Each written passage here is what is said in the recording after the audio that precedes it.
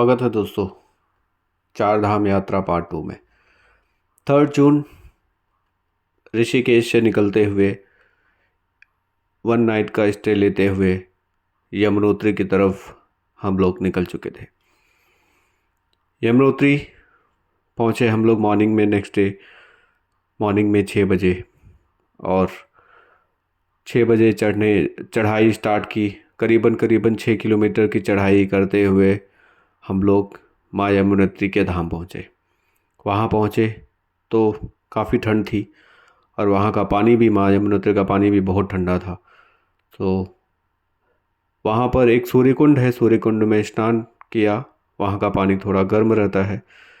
वहाँ स्नान करने के बाद माता यमुनोत्री का दर्शन किया।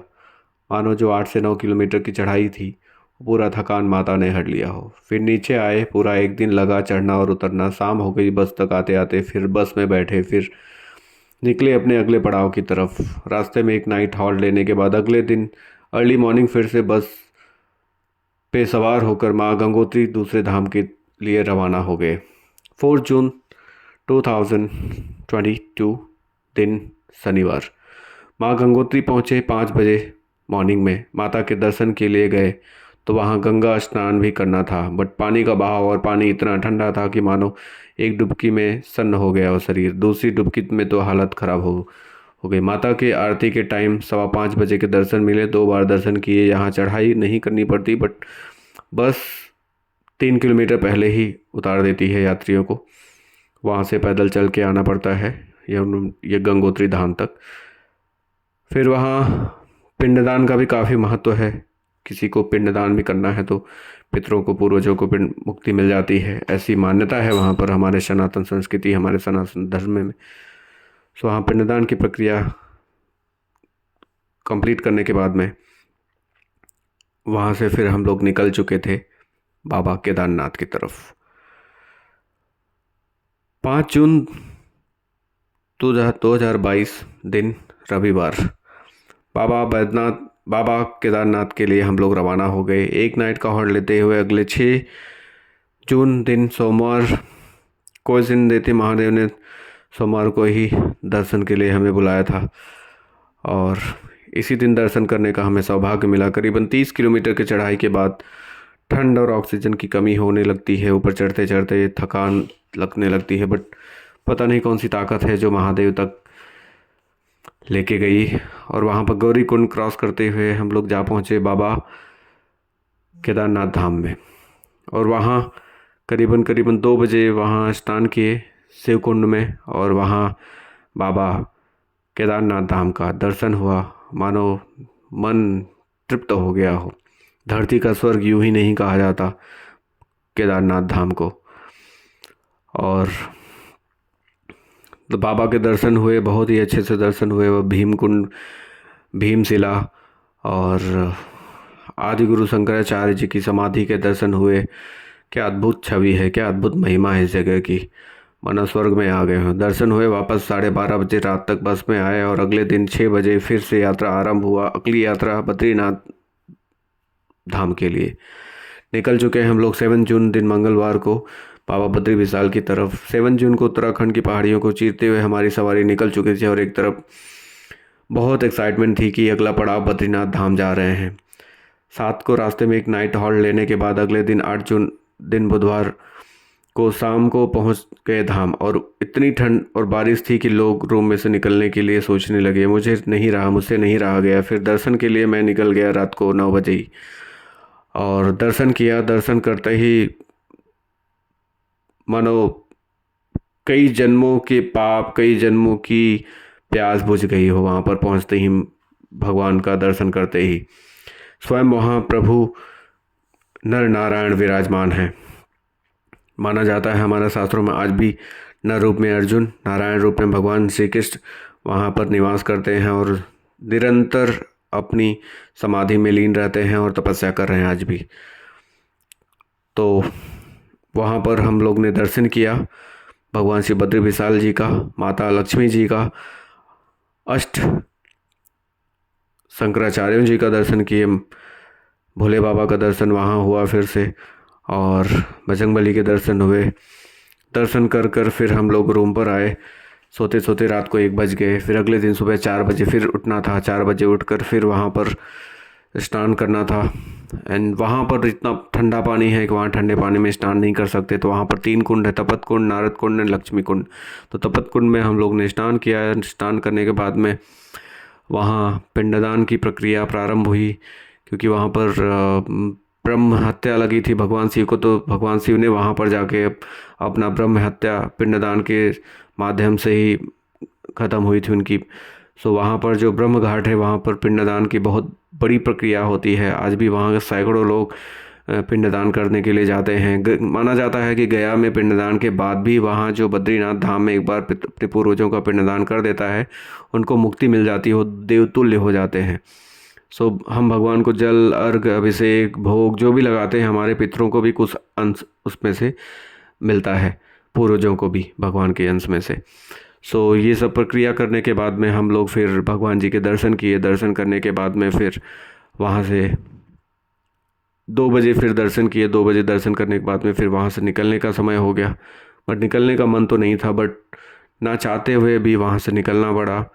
और फिर वहाँ से हम आए वापस। 10 दिन का ये टूर था। 10 दिन की टूर कंप्लीट करते हुए हम लोग वापस ऋषिकेश पहुँचे अगले दिन। और ऋषिकेश से फिर मान्यता है कि केदारनाथ का दर्शन करने के बाद में अगर पशुपतिनाथ का दर्शन किया जाता है तो कंप्लीट और संपूर्ण दर्शन माना जाता है, ऐसी मान्यता है। तो क्योंकि केदारनाथ भगवान का पिछला भाग है और ऊपर का जो भाग है, जो मुख का भाग है, वो पशुपतिनाथ में है। तो ऐसी मान्यता है कि पूरा कंप्लीट दर्शन का फल लेना है तो फिर आपको पशुपतिनाथ तक का दर्शन करना पड़ता है। फिर क्या था, फिर ऋषिकेश से होते हुए हम हरिद्वार आए। हरिद्वार से फिर हमने फिर महेंद्र नगर की बस पकड़ी नेपाल के लिए। महेंद्र नगर के लिए रवाना हो गए और सीधा जा पहुँचे अगले दिन महेंद्र नगर।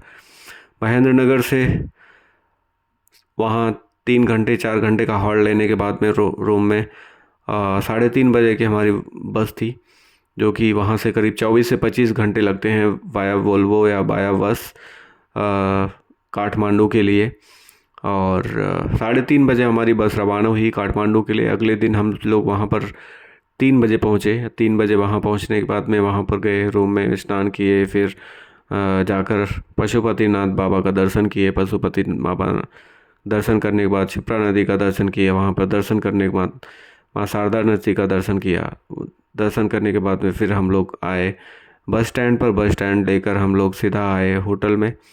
और वहाँ से फिर हमारी बस रवाना हुई। रवाना होने के बाद अगले दिन फिर हमारी बस पहुँची महेंद्रनगर, नेपाल के और भारत के बॉर्डर पर।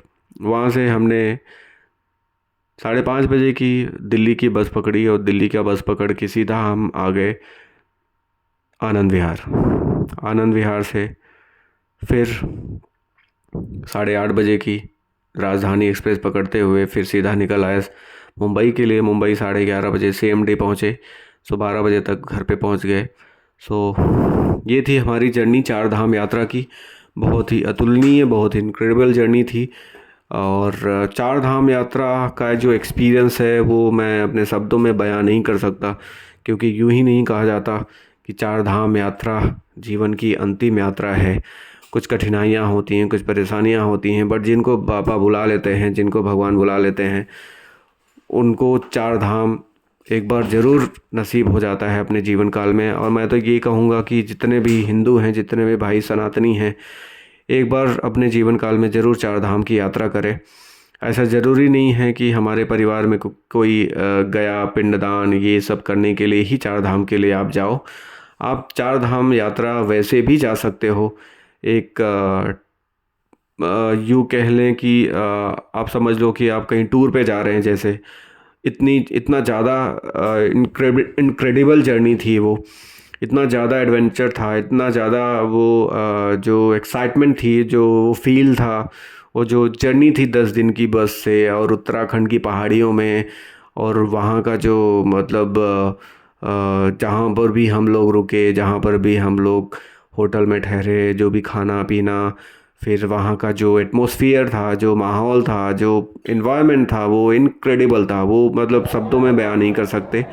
सो आप एक बार अपने जीवन में जाइए, चार धाम यात्रा करने, केदारनाथ जाइए, बद्री विशाल जाइए, आप यात्रा करिए। और इसी बहाने हमारे जो हिंदू मंदिरें हैं, जहाँ पर जो जो तीर्थ स्थल हैं, टूरिस्ट जब तक नहीं जाते वहाँ उनको रेवेन्यू नहीं मिलता है। तो वहाँ के लोग जो रेवेन्यू के ऊपर, या जो छोटे व्यापारी हैं जिनको ये लगा रहता है कि चलो सीज़न आएगा तो हम टूरिस्ट आएंगे तो हमारा रेवेन्यू आएगा, हमारी इनकम बढ़ेगी, क्योंकि हम जैसे लोग ही वहाँ जाते हैं तो वहाँ का जो एरिया है वहाँ की रेवेन्यू जनरेट होती है, या फिर उनकी जो कह सकते हैं कि उस एरिया का जो रेवेन्यू है इसी टूरिस्ट के माध्यम से ही जनरेट होता है।